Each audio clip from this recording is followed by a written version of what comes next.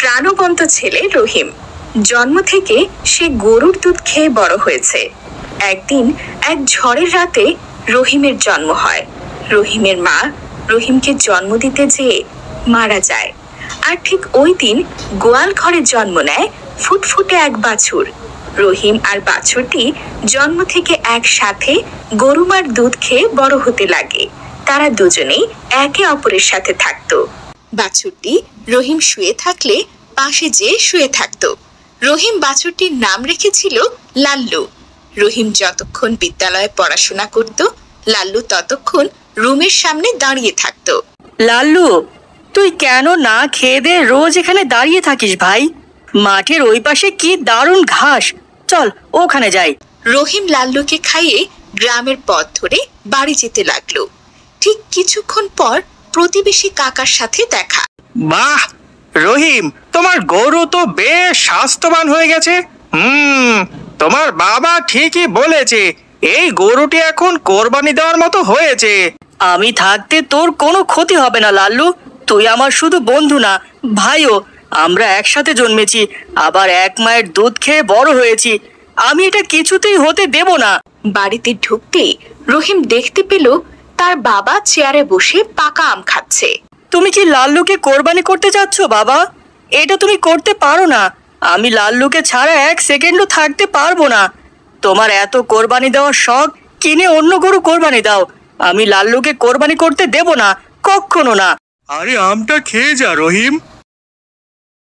মাঠের ধারে এক পুকুর পাড়ে রহিম বসে বসে বিড়বিড় করছে, আর পুকুরে ঢিল ছুটছে।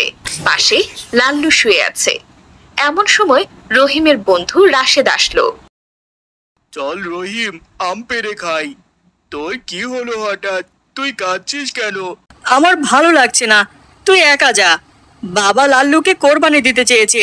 দোস্ত, আমি লাল্লুকে বাঁচাতে চাই। ওর কিছু হলে আমি বাঁচবো না।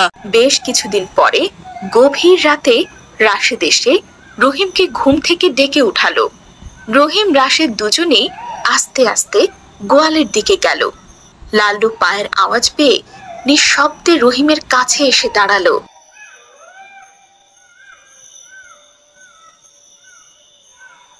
মসজিদের ইমাম তাহাজ্জুদের নামাজ পড়ার জন্য অজু করতে উপরে উঠতে রহিম আর রাশেদকে দেখে বলল, এটাই হলো প্রকৃত কোরবানি রহিম। কোরবানি মানে হলো আত্মত্যাগ। তুমি আল্লাহর রাস্তায় কোনো কিছু দান করাকে কোরবানি বলা হয়। আর আল্লাহ তাআলা ইব্রাহিম নবীকে সবচেয়ে প্রিয় জিনিসটা কোরবানি করতে আদেশ করেছিলেন। এই হাদিসটা তুমি কি জানো?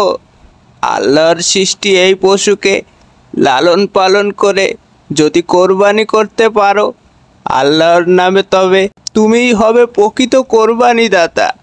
আল্লাহকে রাজি খুশি করতে এই মায়া ত্যাগ করো, এটাই তোমার পরীক্ষা। বাড়ি ফিরে যাও রহিম। রহিম হুজুরের কথা মতো বাড়ি ফিরে গেল। রাতের কথা বাবা জানতে পারল না। সকালে রহিমের ভালোবাসার লাল্লু কোরবানি হয়ে গেল। রহিম কাঁদতে কাঁদতে হাঁটু গেড়ে নিচে বসে দুই হাত উপরে তুলে বলল, হে পরওয়ারদিগর, একমাত্র তোমার হুকুম মানতে আজ আমি আমার লাল্লুকে তোমার খুশিতে কোরবানি করে দিলাম। তুমি আমার লাল্লুর কোরবানি কবুল করো। আর হ্যাঁ, আমার লাল্লুর আত্মাটা ফুলের রাজ্যে পাঠিয়ে দিও। আল্লাহ, তুমি আমাদেরকে মাফ করে দিও। Bangla Cartoon Fairy Tale